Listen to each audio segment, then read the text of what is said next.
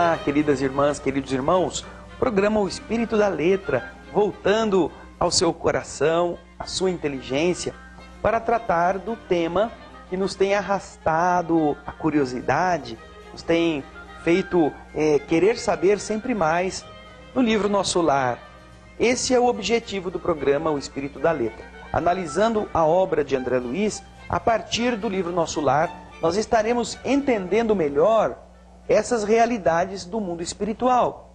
Porque o subtítulo do livro e desta sequência de 16 obras, que começa em Nosso Lar e termina no E a Vida Continua, é este: a vida no mundo espiritual.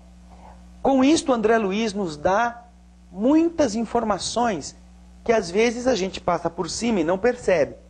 E então o Espírito da Letra tenta tirar isto deste conteúdo. Na semana passada nós estávamos no gabinete do ministro Clarencio, eu tenho certeza que você se recorda, onde uma senhorinha, mãe de 2 filhos que estão encarnados na terra, foi pedir para vir ajudá-los. A mãe está sempre querendo proteger os filhos.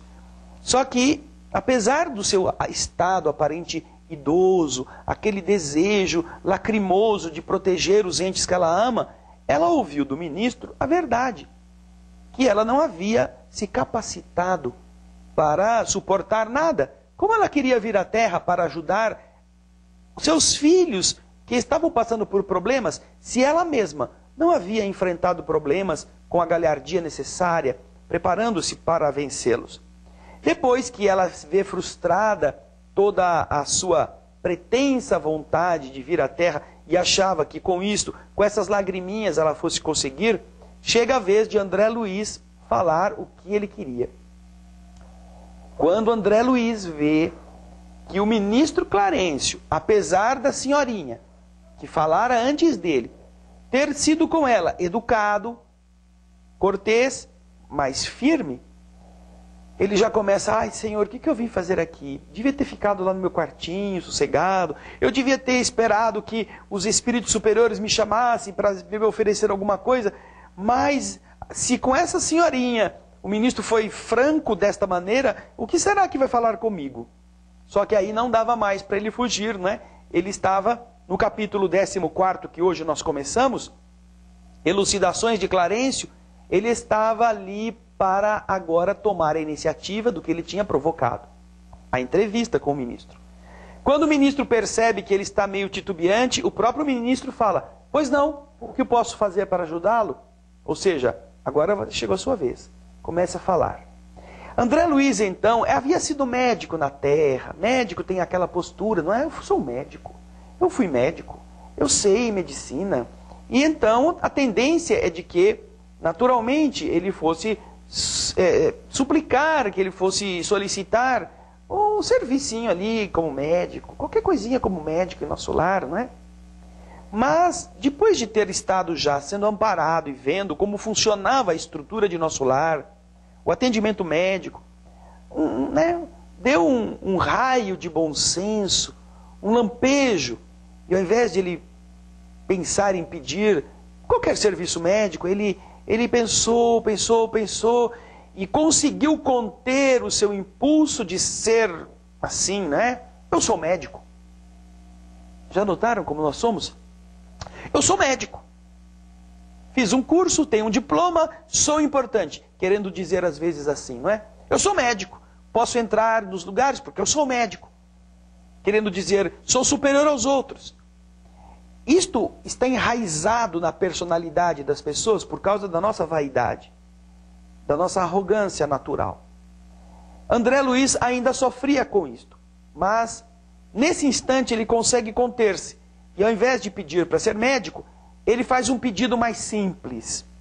Vamos então agora pegar o texto, o Nosso Lar, aqui ó, tá vendo? O seu Nosso Lar, o nosso Nosso Lar, e vamos acompanhar o capítulo 14º, as elucidações do ministro Clarencio em relação a André Luiz.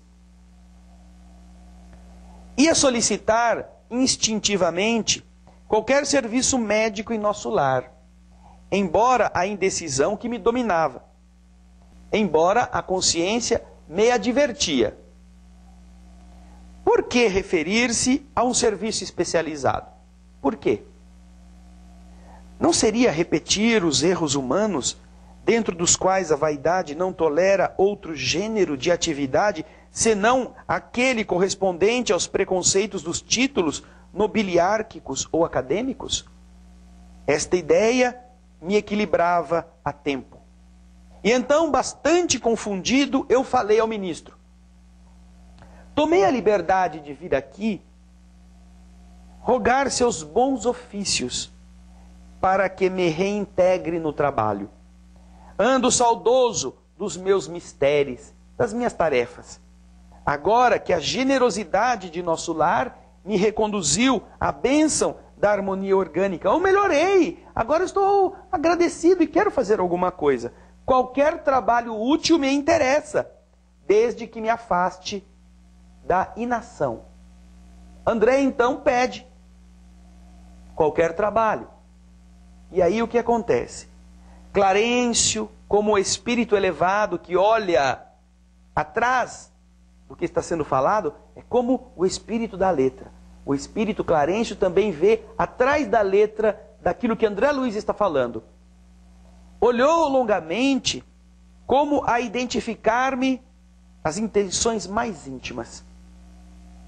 E então Clarencio diz, veja o texto, já sei, verbalmente você pede qualquer gênero de tarefa, mas no fundo sente falta dos seus clientes, do seu gabinete, da paisagem de serviço com que o Senhor honrou sua personalidade na terra. Aí o André fala, bom, até aí, não é? Até aí, as palavras do ministro eram jatos de conforto e esperança que eu recebia no meu coração como gestos confirmativos, dizendo, sim, isso mesmo, senhor ministro, isso mesmo. Agora, depois de longa pausa, o ministro Clarencio, contrariando as expectativas do André Luiz, começa a falar com ele com a autoridade de quem conhece os erros humanos e os conceitos espirituais.